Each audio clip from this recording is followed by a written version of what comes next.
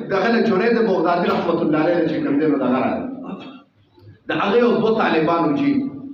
د هغه دواړو طالبانو په مابین کې حسد و. دغه جنید بغدادي رحمت الله علیه دواړو طالبانو سره به یکسا مینه کوله، یو شان دی، لیکن یو طالب چې و هغه به عام مینه کوله حضرت سره، عام بس عام خلک چې کوم څنګه مینه کوي. السلام علیکم جی بدغه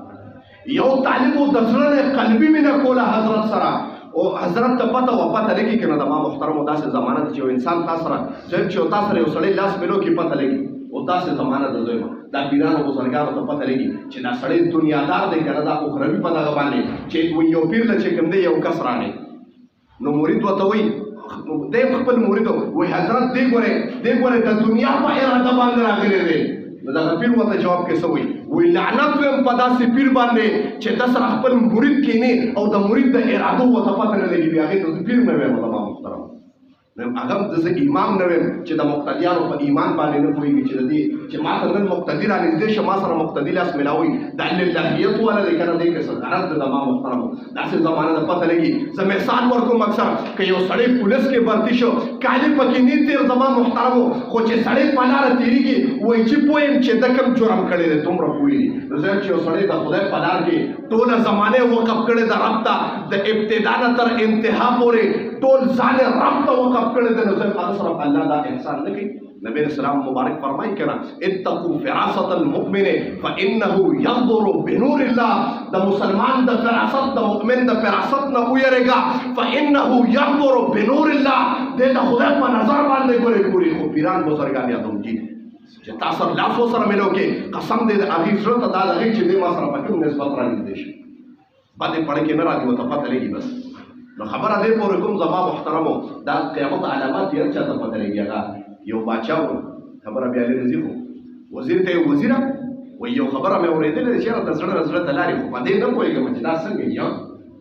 کاشف هم نه شوې. وایي هغه ورته باچا وایي خوښې نه چې پرکټیکل یې درته وښیم. نو ورته وایي ولې نه وزیره؟ وایي بار راځه وایي چې دا کپړې چې کوم تا کومې کپړې چورې دا وباسه او دا تاجم کوس که عام د فقیرانو کپړو کې راوځه. وایي ښه کله چې را روان دی جي دا وزیر را روان دی ورته وایي باچا د دې مخامخ سړی را روان دی د باره کې ستا څه خیال دی؟ ورته وایي یاره دا خو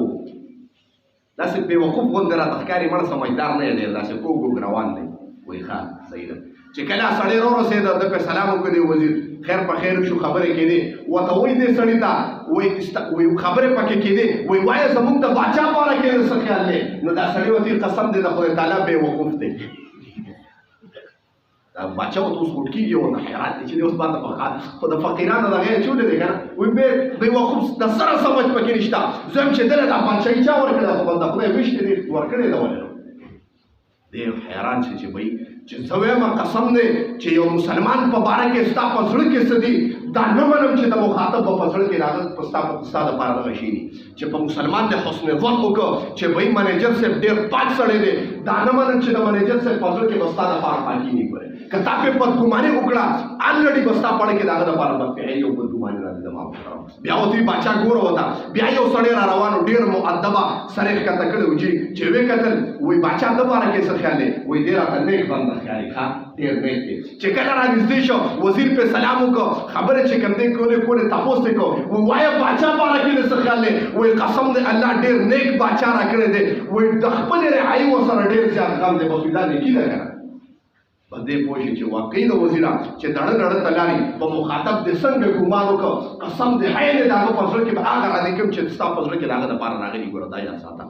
نو په مسلمان باندې زما محترمو ښه ګمان کوه قسم دې هغه هم په تا باندې ښه ګمان کړي. په مسلمان باندې پرده واچوه زما محترمو پرده پې واچوه. خبره مې دې پورې کوله جنید بغدادي رحمت الله علیه دوه مریدان دي، یو به عام مینه کوله یو به خاص مینه کوله. یو دې دواړو خپلو کې حسد و چې حضرت ده سره ولې مینه کوي. یو پیری هغه یو شاګرد چې کوم دی ګناه کېږي که ګناه کبیره کې اوس ګناه کومه ګناه و دی نه بیا به ستاسو ذهن کې بدګماني پیدا شي چې جنید بغدادي دغه ګناه کې طالب ګیر که جي مرید بس دله میلاو شو جي چې بس حضرت اوس خو دله بس کاتب پلیر که بس چې کله کېناسته مجلس یې ولګو دواړه کېناسته حضرت وي خبر خو نه یې که نه وایي نه که نه